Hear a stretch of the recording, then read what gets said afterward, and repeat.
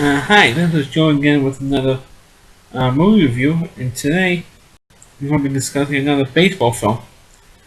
This one, and like the other baseball films or other films I previously reviewed, this one was a TV movie. So this is really the first TV movie I'm going to be reviewing, and this was a 1991. I believe 91 or 92 TNT original movie called Cooperstown. And so it's Alan Arkin, Greene, for your fans of the television show The Good Wife, the very young Josh Charles, who of course plays Will Garner currently plays Will Garner on The Good Wife show, which is the best show on TV. And I also saw Hope Lang in the film as well. And the film does have a lot of humor, in this film, but also a lot of drama in it as well. The films, of course, the two main characters are Alan Arkin and Greene, and of course the other main character was Josh Charles. He's also one of the main characters. And the movie is about Alan Arkin plays a bitter former baseball player by the name of Harry the Ring Willett. Because of fiction, all the players in here are fiction, remain are fictional players. Even the teams that are featured in this film are fictional. But it's implied that one of the two teams is the Yankees. Another team is called the Barons. It's a fictional baseball team. Well, the movie is Harry the Ring Willett is one of the main characters, the Alan Arkin character. He plays, like I said, a former baseball pitcher who was like a little bit above a borderline Hall of Fame, kind of like Gil Hodges today, who deserves to be in the Baseball Hall of Fame and isn't in there. And his former teammate, who the older version of his old teammate, played by Greene, makes it to the Baseball Hall of Fame. Because the movie starts off on the day that they announce the Veterans Committee vote for the Baseball Hall of Fame. And Alan Arkin's former teammate makes it into the Hall of Fame, and Alan Arkin didn't. He feels that he should be in it. And of course, there was a disagreement between the two characters. And the reason why is because during that particular season, Greene's character gets traded to New York, and the team that he used to play on, which is Harry's team, they played to like the last game of the season, and Harry was pitching, the game of his life. And at the bottom of the ninth inning, he gives up a home run to a batter on the New York team who never hit a home run before in his life. And it was the only home run he would ever hit. And it sends New York to the World Series. And it was the only time that Harry had a chance to play in the World Series, because his character never played in the series. So of course, his old teammates on the New York team, and supposedly Harry felt that his old teammate's name was Raymond Miracle. So you're American Indian. His Greene, a couple of his roles. He also was featured in Dances with Wolves, which I previously reviewed. So sometimes he always gets to play in American Indian movies. And he felt that his old teammate gave away one of his giveaways. What I mean by a giveaway is, if you study a pitcher long enough, you can tell by his emotions or a particular mannerism what pitch that he's going to throw next. Because he always will have a certain mannerism just before he throws a certain pitch.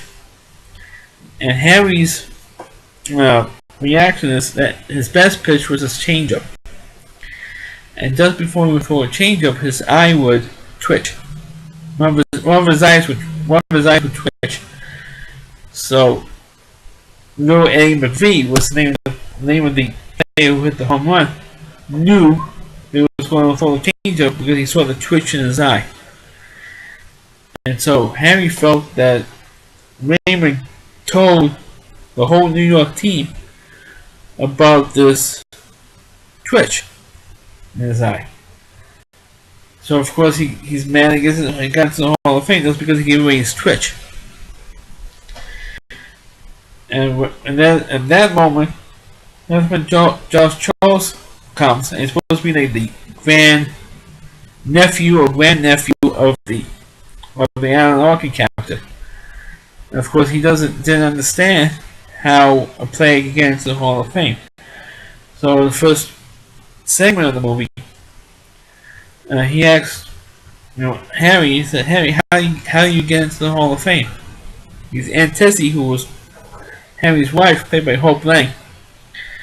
He said, "How do you get into the Hall of Fame?" And this is one of the better scenes in the whole film, at least one of the better serious scenes. And Harry explains the whole process, and that what it takes for a player to get into the Hall of Fame, or the procedure. And the procedure is, of course, if a player is retired for 5 years, you have to be retired for 5 years. I think that's the same about in every sport. You have to be retired for about 5 years. And that's if you die before then. And he says, for the first 5 years, after you retire, they don't fall on you at all. So they could begin any grudges, which is a big laugh. And in the next 15 years, you put your name on the ballot. There's nothing more than a popularity contest for a bunch of egomaniacs who call themselves sports writers. Of course, it's not too bad we have the numbers. If you played for 20 years, if you won 300 games, you got into the series, they have to put you in. But with the Barons, you never saw the series. It was a meal ticket for a team that never made its way past breakfast. And of course, he lost some of his best years to the Korean War, which made him kind of borderline. And of course, for the first few years, he got closer and closer, then he got further and further away.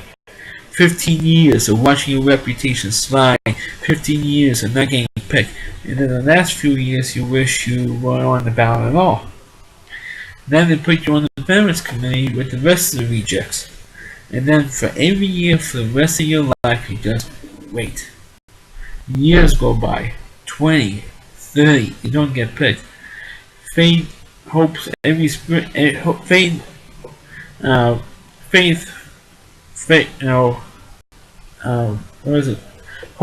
a little bit more, but not completely. And every spring you read the paper, you wait for the phone to ring, you feel like an idiot. It's like an award that you feel like that you won, but you can't give yourself. And I thought that dialogue was terrific. And of course the rest, the team that I played on, the Barons, still existed at the time this movie was made. And the owner of the team was played by Ed Begley Jr. He says, "Look, I got a couple of tickets for you for the Hall of Fame because you have to be there for Raymond." And he said, "I'm not going to go up there.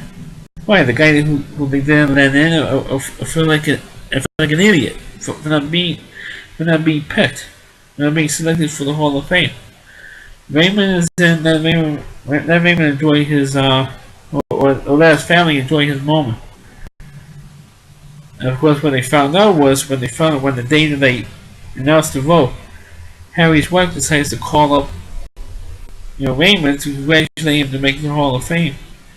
And they talked to the daughter, and they found out from Raymond's daughter that Raymond died of a heart attack the night before.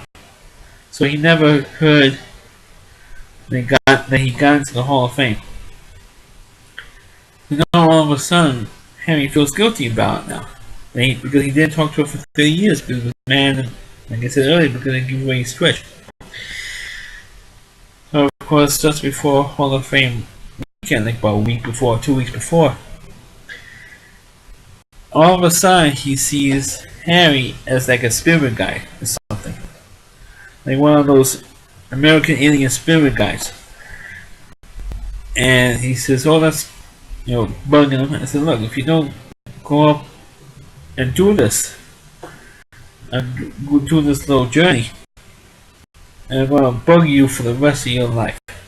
If you don't take care of this, if you don't, Cal was kind of like a Wonderful Life type of situation, but like, modernize it a little bit. If you don't do this thing, I'm gonna keep bugging you."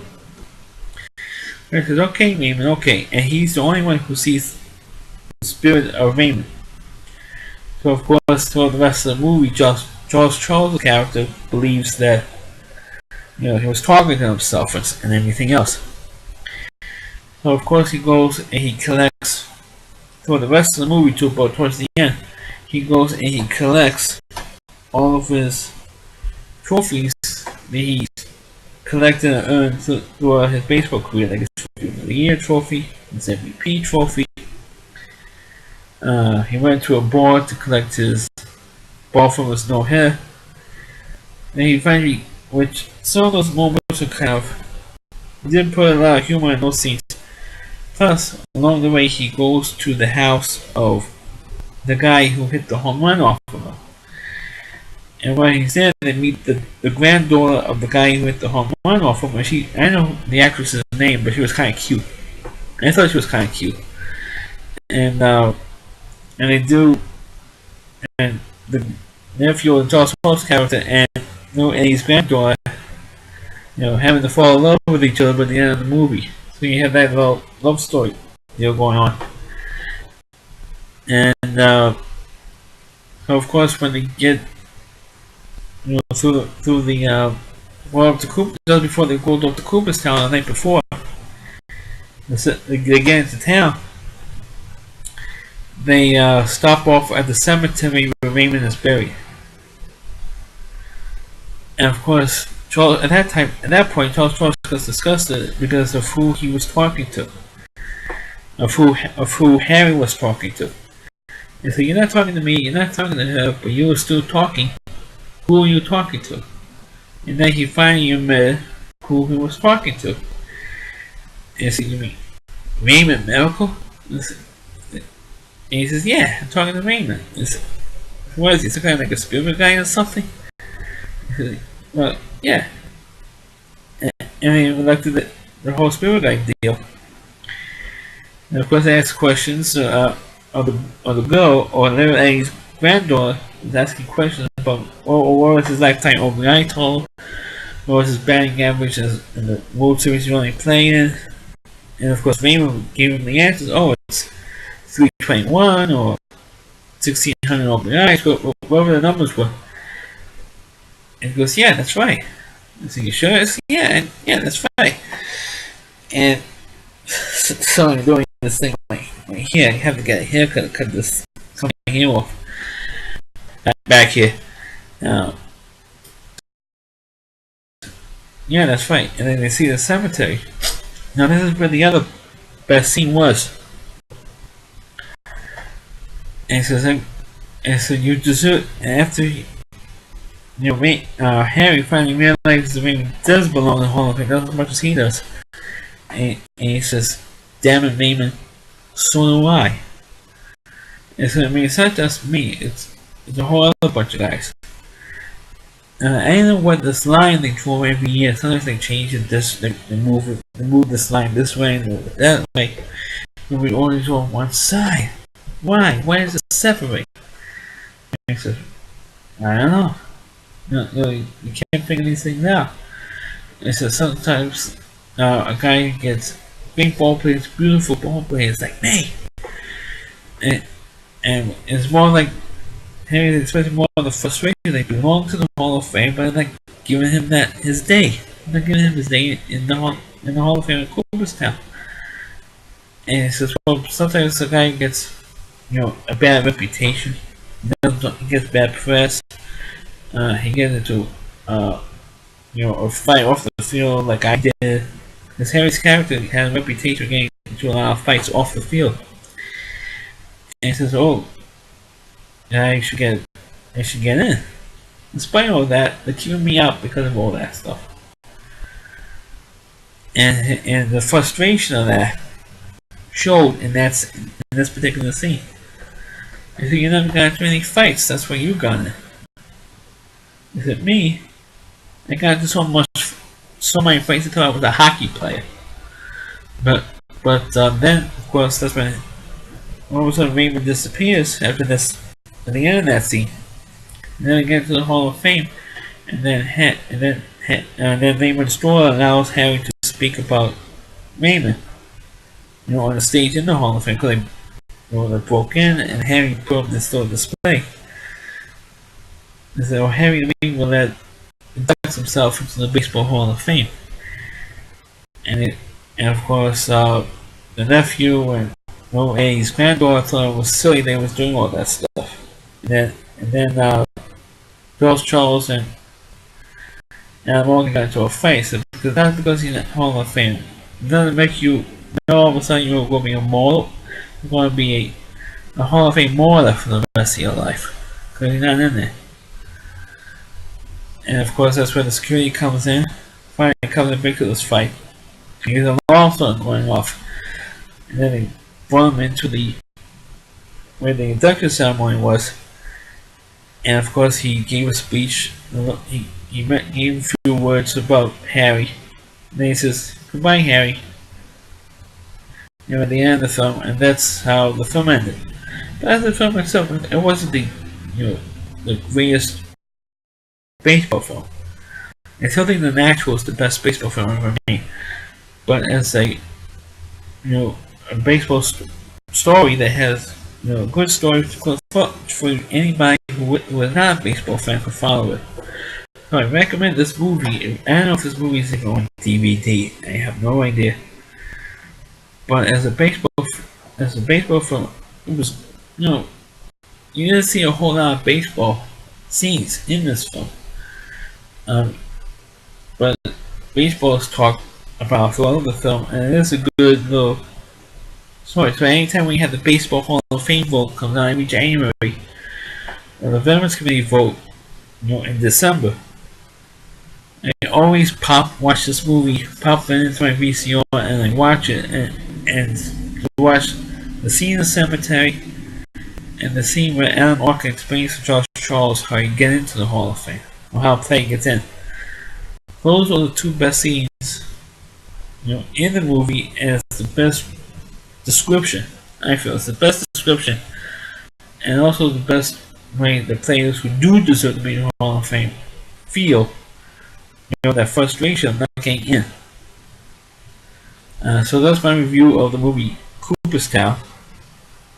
Please like the video, please comment on it, and please subscribe to my channel. And thanks for watching.